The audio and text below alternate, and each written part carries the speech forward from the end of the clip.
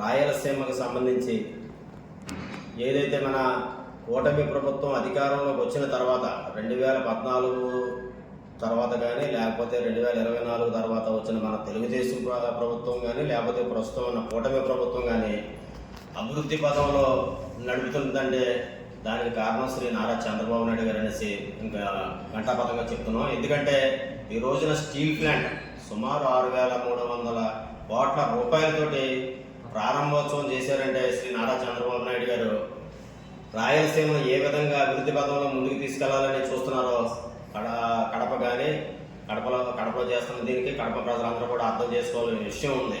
ఎందుకంటే గతంలో చంద్రబాబు నాయుడు గారు చేసిన విధంగా గతంలో వైఎస్ రాజశేఖర రెడ్డి గారు కానీ జగన్మోహన్ రెడ్డి గారు కానీ ఏ విధంగానూ అక్కడ పుట్టినా సరే వాళ్ళు ఏ విధంగానూ దానికి సహకరించిన దాఖలాలు అయితే మనకు ఎక్కడా లేవు.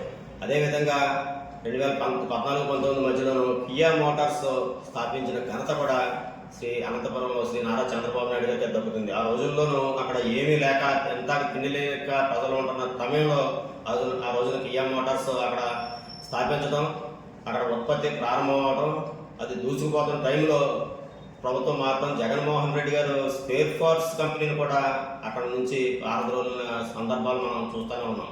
అదేవిధంగా అమ్రాన్ కంపెనీని కూడా అక్కడ స్థలం ఇవ్వడానికి ఇబ్బంది పడుతుంటే వాళ్ళు తీసుకెళ్లి చెన్నైలో పెట్టిన విధానం కూడా మనం అందరం చూస్తున్నాం. అదేవిధంగా పుట్టపర్తిలో ఎయిర్ క్రాఫ్ట్ తయారీ కేంద్రం, యుద్ధ విమానాల తయారీ కేంద్రాన్ని కూడాను మనం చంద్రబాబు నాయుడు గారి ద్వారా కేంద్ర ప్రభుత్వం మనకి అవకాశం ఇచ్చిందంటే అది కూడా అనంతపురం జిల్లాలోనే ఇచ్చిందంటే ప్రతి ఒక్కరు కూడా అర్థం చేసుకోవాలి. ఎందుకంటే అభివృద్ధి పదంలో ఈ అనంతపురం జిల్లా ఏదైతే రాయలసీమలో ఉందో దాన్ని అభివృద్ధి పదంలో ముందుకు తీసుకెళ్లాలనే ఒక ఉద్దేశంతో అక్కడ స్థానికంగా ఏదైతే ప్రజలు బాగుపడతారో ఆ విధంగా ఈ కార్యక్రమాన్ని కూడా ఏర్పాటు చేయడం జరిగింది.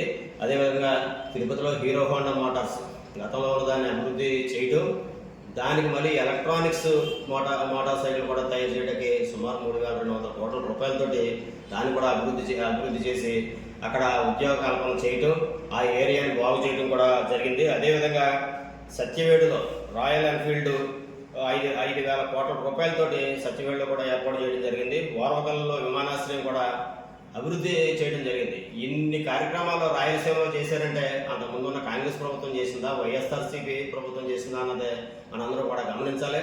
అదేవిధంగా రాయలసీమ ప్రజలు కూడాను తెలుగుదేశం పార్టీ శ్రీ నారా చంద్రబాబు నాయుడు గారు ఏ విధంగా దీని అభివృద్ధికి ముందుకు తీసుకెళ్తున్నారో కూడా ప్రతి ఒక్కరు కూడా ఆలోచించవలసిన సమయం ఉంది. అదేవిధంగా ఆంధ్రీ నగరి లేకపోతే ప్రాజెక్టులు ఏవైతే ఉన్నాయో అది నందమూరి తారక రామారావు గారు ఉన్నప్పటి నుంచి కూడా ప్రతి ఒక్కటే కూడా తెలుగుదేశం ప్రభుత్వంలోనే ఏర్పాటు చేయడం జరిగింది. దాన్ని మరీ ప్రస్తుతం కూడా అభివృద్ధి చేసి ప్రాజెక్టులన్నింటికీ కూడా నీరు పూర్తిగా ఇచ్చి అభివృద్ధి పదంలో ముందుకు తీసుకెళ్ళడానికి శ్రీ నారా చంద్రబాబు నాయుడు గారు కానీ, లోకేష్ బాబు గారు కానీ, శ్రీ పవన్ కళ్యాణ్ గారు కానీ, మోడీ గారి నాయకత్వంలో వాళ్ళ సహకారంతో ప్రతి ప్రాజెక్టు, ఎందుకంటే మన రాష్ట్రం పూర్తిగా అప్పుల ఊబిలో కూరుకుపోతున్న ఈ టైంలోనూ అటువంటి వానలు లేక ఇబ్బంది పడుతున్న రాయలసీమని ఈ రోజున రత్నాలసీమగా మార్చి వాళ్ళకి అన్ని విధాలా సహకరిస్తూ, వాళ్ళకి ఉద్యోగ కల్పన కల్పిస్తూ, వాళ్ళకి అన్ని విధాలా సహకరిస్తూ సుమారు 9 లక్షల మందికి ఉద్యోగాలు ఇచ్చే ధ్యేయంగా ఈ ప్రభుత్వం ముందుకెళ్తుందంటే ప్రతి ఒక్కరు కూడా అర్థం చేసుకుని ఈ ప్రభుత్వానికి అండగా ఉండాలని చెప్పి, అదేవిధంగా ఇన్ని ప్రాజెక్టులు తీసుకొచ్చి ఇంత మంచిగా రాయలసీమను ముందుకు తీసుకెళ్తున్న శ్రీ నారా చంద్రబాబు నాయుడు గారికి, నారా లోకేష్ బాబు గారికి, అదేవిధంగా పవన్ కళ్యాణ్ గారికి, మోడీ గారికి కూడా పూర్తిగా మా యొక్క ధన్యవాదాలు తెలియజేసుకుంటూ థ్యాంక్ యూ వెరీ మచ్.